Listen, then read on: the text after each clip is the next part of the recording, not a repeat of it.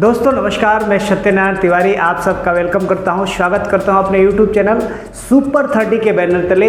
I hope आप सभी लोग ठीक होंगे और होली बिताकर आप लोग बहुत खुश होंगे। आप होली में बहुत आपको मज़ा आया होगा और आई होप, मैं आशा करता हूं, विश्वास करता हूं आप सभी लोग होली में बहुत एंजॉय किए होंगे। चलिए, इसी खुशी के साथ एक नए विषय पर हम पुनः उपस्थित हैं आपके सामने। आज जो सबसे ज़्यादा ट्रेंडिंग का विषय है वो है जो पाकिस्तान के कुछ सैनिक बलोच यानी बलूचिस्तान में कुछ ट्रेन हाईजैक किए गए हैं और उसमें लगभग 288 या 280 के आसपास उनके सैनिक को उन्होंने एक ट्रेन को कब्जा कर लिया जिसका नाम था जाफर एक्सप्रेस। ठीक है, उसको कब्जा कर लिया है, हाईजैक कर लिया गया है और ये बहुत ही मामला ट्रेंडिंग में है। तो आज हम जानेंगे कि बलूचिस्तान की क्या उनका क्राइटेरिया है, क्या उनकी जानकारी है, उसी को लेकर आज हम इस विषय पर चर्चा करेंगे और जानेंगे। आइए शुरू करते हैं अपने सुपर 30 पर। अगेन आपका वेलकम है। अगर आप हमारे चैनल पर नए हैं तो हमारे चैनल को सब्सक्राइब जरूर करें और शेयर जरूर करें। ऐसी इन्फॉर्मेटिव वीडियो देखने के लिए हमारे चैनल को जरूर सब्सक्राइब करें। धन्यवाद। आज का जो विषय है बलूचिस्तान। सबसे पहले हम जानते हैं कि बलूचिस्तान कहाँ है और बलूचिस्तान का अस्तित्व क्या है। तो देखिए, बलूचिस्तान जो है पाकिस्तान के दक्षिणी प्रांत ईरान और अफ़गानिस्तान के सीमाओं पर स्थित उसका नाम बलूचिस्तान है।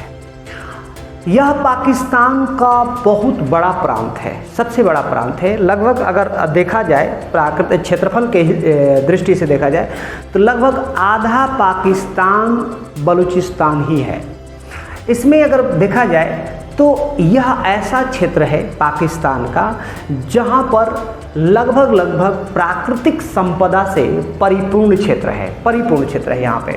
इसमें क्या क्या चीज़, कोयला है, तांबा है, यूरेनियम है, गैस है। ये प्राकृतिक संपदा का अथाह समागम यहाँ पर है। लेकिन सोचने वाली बात यह है कि यह प्राकृतिक संपदा से भरपूर यह देश, ये राज्य, पाकिस्तान का यह राज्य आज भी गरीब है, जो गरीबी रेखा के ज़िंदगी को जी रहा है, जिसके पास इतनी चीज़ें हैं जो तरक्की कर सकता है और उस राष्ट्र में, उस राज्य के देश के क्षेत्र में धनी बनने की काबिलियत और धनी बनने की सारी चीज़ें हैं। लेकिन तब भी सोचने वाली बात है कि ये गरीब है। क्यों गरीब है? यहाँ के लोग जीवन जीने के लिए त्रस्त हैं, क्यों हैं? इसका जिम्मेदार कौन है? आप हमें ज़रूर कमेंट करके बताएं। अब हम इनके इतिहास के बारे में जानते हैं।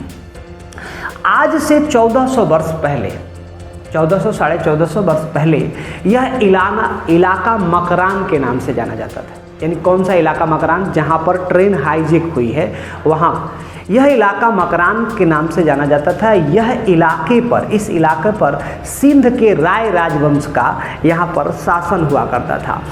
उस समय यहाँ पर हिंदुओं और बौद्धों की आबादी ज़्यादा थी। इसके बाद 7वीं शताब्दी में जब इस्लाम का उदय हुआ और अरब में इस्लाम की स्थापना की गई, उसके बाद यहाँ पर विदेशी आक्रमणकारियों के द्वारा यहाँ पर हमला किया गया और धीरे धीरे यहाँ की डेमोग्राफी चेंज हुई क्योंकि बार बार जब आक्रमण होने लगा तो आक्रमण होने के बाद यहाँ की डेमोग्राफी, यहाँ की आबादी चेंज हो गई।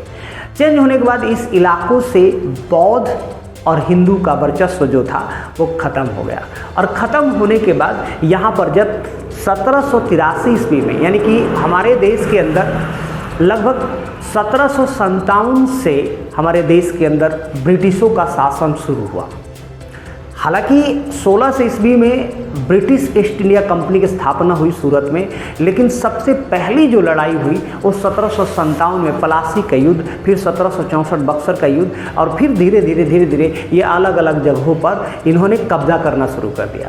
तो 1783 में जब भारत पर ब्रिटिश का शासन था, उस समय इन्होंने क्या किया कि बलूचिस्तान के अंदर एक ग्वादर बंदरगाह था। जहाँ से सबसे ज़्यादा इनकम हुआ करती थी, उस बंदरगाह को इस अंग्रेज़ों ने क्या किया, ओमान के सुल्तान को बेच दिया। और ओमान के सुल्तान को बेच देने के बाद उस समय बलूचिस्तान के इस रियासत को कलाख खानत कहा जाता था।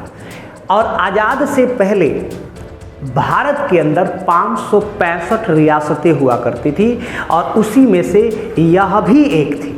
हालांकि भारत के स्वतंत्रता संग्राम में इन्होंने यानी बलूचिस्तान ने कोई भी हिस्सा नहीं लिया था, अपने आप को इससे अलग रखा था।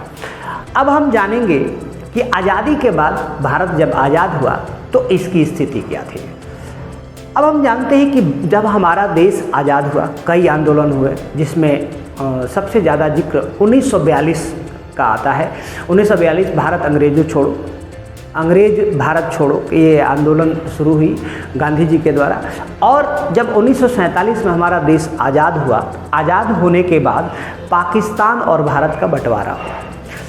लेकिन जब पाकिस्तान और भारत का बंटवारा हुआ उस समय 565 रियासतों को क्या किया गया, एक मतलब उनको वो दिया गया, क्या बोलते हैं, विकल्प दिया गया, 2 विकल्प दिया गया।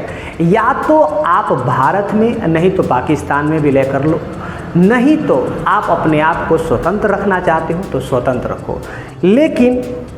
लेकिन बलूचिस्तान ने जिस प्रकार कश्मीर के राजा जय सिंह ने उन्होंने अपने आप को क्या किया, अपने आप को स्वतंत्र रखा और स्वतंत्र अपना देश बनाना चाहते थे, उसी प्रकार बलूचिस्तान ने भी अपने आप को स्वतंत्र रखा। हालांकि बीपी मेनन जो पंडित जवाहरलाल नेहरू के बहुत करीबी माने जाते थे, उन्होंने आकाशवाणी और से यह एक संदेश दिया देश को कि 27 मार्च 1948 को यह संदेश जानकारी दी और जानकारी में ये बताया कि बलूचिस्तान भारत से मिलना चाहता है, यानी कि भारत में बलूचिस्तान विलय करना चाहता है, लेकिन भारत ने इस प्रस्ताव को अस्वीकार कर दिया है। जब ये बात मोहम्मद अली जिन्ना को पता चला, उस समय के तत्कालीन प्रधानमंत्री मोहम्मद अली जिन्ना पाकिस्तान के थे, जब ये बात उन्हें पता चलती है तो उन्हें पता चलने के बाद अब देखिए यहाँ पे 27 मार्च को इन्होंने आकाशवाणी के द्वारा यह जानकारी दी और 29 मार्च 1948 को मोहम्मद अली जिन्ना अपने देश के जवानों को भेज के, यानी कि पाकिस्तान के सेना को भेजकर वहाँ पर ज़बरदस्ती करके आक्रमण करा दिया और आक्रमण करा के बलूचिस्तान को विलय करा दिया पाकिस्तान में। तभी से पाकिस्तान और बलूचिस्तान में 36 का आंकड़ा है। वो इस विलय को मानते ही नहीं। वो कहते हैं कि हमसे जोर जबरदस्ती करके पाकिस्तान में विलय कराया गया, हम इस विलय को मानते नहीं। और तभी से आज तक ये संघर्ष लगातार चलते जा रहा है। जैसा कि अभी आप खबर सुने हैं, ये सभी चीज़ें उसी समय की उनके दिमाग में ये बात चल रही है कि हमसे ज़बरदस्ती किया गया है और हमारे देश को ज़बरदस्ती विलय कराया गया, हमारे प्रांत को ज़बरदस्ती पाकिस्तान में विलय कराया गया है। अब हम जानते हैं आर्थिक स्थिति। बलूचिस्तान के लोग पाकिस्तान से नफरत करते हैं। क्यों नफरत करते हैं?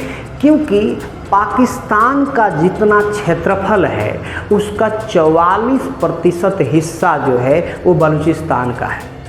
और बलूचिस्तान की जो क्षेत्रफल है 44% हिस्सा जो पाकिस्तान में, लगभग आधा पाकिस्तान बलूचिस्तान ही है। और इसके साथ साथ पाकिस्तान के संसद में बलूचिस्तान को केवल और केवल 6% की हिस्सेदारी है, इसलिए लोग और नफरत करते हैं। इसके साथ साथ यहाँ पर आर्थिक स्थिति को बलूचिस्तान और में बेहतर कर सकता है, लेकिन पाकिस्तान वहाँ से यूरेनियम, सोना, कोयला और गैस को बेचकर वो हजारों करोड़ रुपया कमाता है। लेकिन बलूचिस्तान आज भी वह प्रांत जो है गरीबी रेखा के नीचे जी रहा है।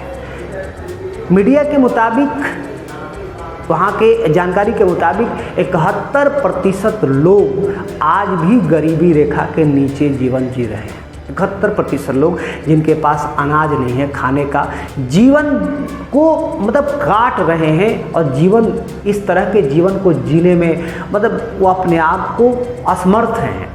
इस तरह के जीवन को वो जी रहे हैं। इसके साथ साथ यहाँ पर जीवन के लिए लोग बहुत संघर्ष कर रहे हैं। इतना संघर्ष कर रहे हैं कि अब बताया नहीं जा सकता है, शब्दों में बयान नहीं किया जा सकता है। अब हम इसके भूगोल की बात करेंगे। भूगोल की बात करें तो देखो, पाकिस्तान का यह सबसे बड़ा प्रांत माना जाता है बलूचिस्तान, और यह राज्य भी कह सकते हैं, प्रांत को हम राज्य भी कह सकते हैं। बलूचिस्तान जो पाकिस्तान का आधा यानी आधा हिस्सा है, और उसे यहाँ की जो आबादी है लगभग 1.5 करोड़ के आसपास यहाँ की आबादी है, और इसे 4 भाग में बांटा गया था, यानी 4 रियासत में उस समय बांटा गया था। और कलाख, खराब, लॉस बेला और इसके साथ साथ मकरान। और इसमें सबसे जो ताकतवर जो क्षेत्र था वो कलाख था, और यहाँ के राजा जो थे वो थे मीर अहमद खान, जिन्होंने उस समय भारत में विलय करने की बात कही थी। लेकिन ये जब बात पता चला पाकिस्तान के तत्कालीन प्रधानमंत्री मोहम्मद अली जिन्ना को, तो उन्होंने 29 मार्च 1948 को यह ज़बरदस्ती विलय करा लिया। अब वहाँ पर कौन कौन सी भाषा बोली जाती है, तो बलूची, ब्राहुई, पश्तो, उर्दू और सिंधी भाषा बोली जाती है। यह एक्चुअली BLA के द्वारा यह हाईजैक किया गया है, ट्रेन हाईजैक किया गया है। हालांकि पाकिस्तान इसे आतंकवादी मानती है, लेकिन हमारा देश इन्हें आतंकवादी नहीं कहता है, विद्रोही कहता है। तो लड़ाके कहता है, तो हम भी इन्हें विद्रोही लड़ाके ही कहेंगे। बहुत बहुत धन्यवाद। ये थी बलूचिस्तान की पूरी जानकारी। अगर वीडियो अच्छा लगे तो पूरी शेयर करें, ताकि ऐसी जानकारी और ऐसे इन्फॉर्मेशन के लिए हमेशा रहें अपडेट। बहुत बहुत धन्यवाद।